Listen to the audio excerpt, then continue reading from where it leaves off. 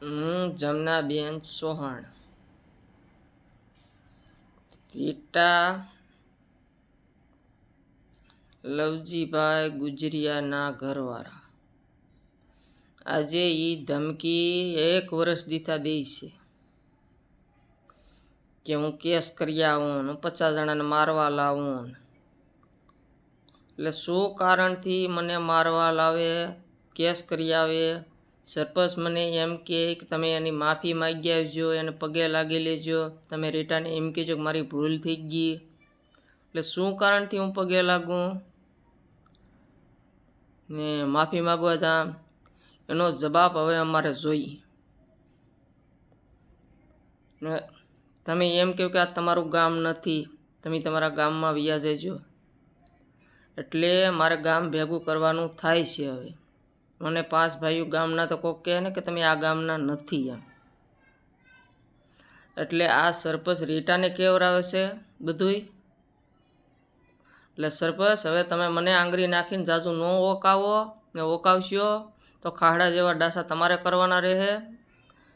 અમને કોઈ તકલીફ પડવાની છે નહીં.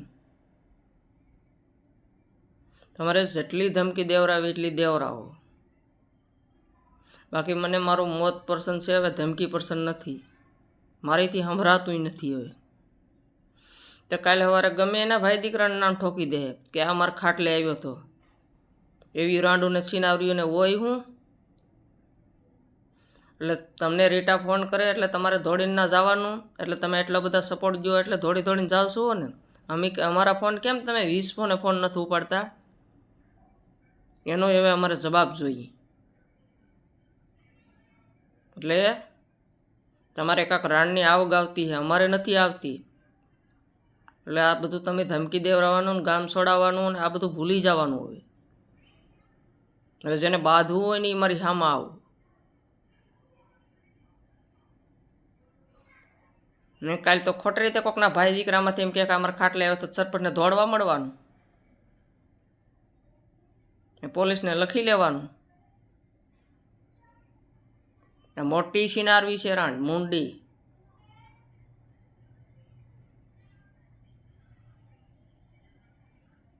એટલે છે ને જોઈ વિચારીને કોકને ધમકી દેજે ને કોકના ભાઈ દીકરાને રાંડ મરવી નાખી તું આમ નામ. એટલે રાંડ તારો ભોગો છે ને હવે પોલીસ સ્ટેશનમાં ઉપાડવાનો છે. હવે લેડીઝ પોલીસ લાવી તારી ગાંઠ ફળવી નાખું તો જ બકે.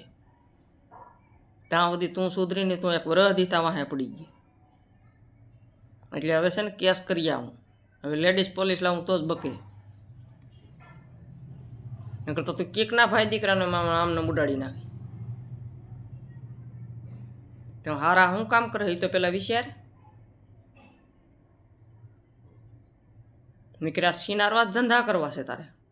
કોકના ભાઈ દીકરાને ધમકી દેવ્યું, કોકને ઘરે મારવા જાઉં. પછી તારે એમ કહેવું કે આ મારા ખાટલે આવ્યો હતો, આ મારો પોલકું પકડી ગયો. પછી તારે એવા કેસ લખવા, કોકને જેલમાં મોકલી દેવા. એટલે તારીમાંથી કેસ કરીને લેડીઝ પોલીસ લાવીને તારી ગાંઠ ફળવી નાખું. જો ત્યાં મને એવું કીધું ને ગામ છોડીને વિયા જઈશ. એટલે તને આ બધું સરપંચ શીખડાવે ને તું એક સરપંચને ફોન કરી એટલે તારે એના પૂગી જાય ને. હવે જોજે આની મજા કેવી છે એમ.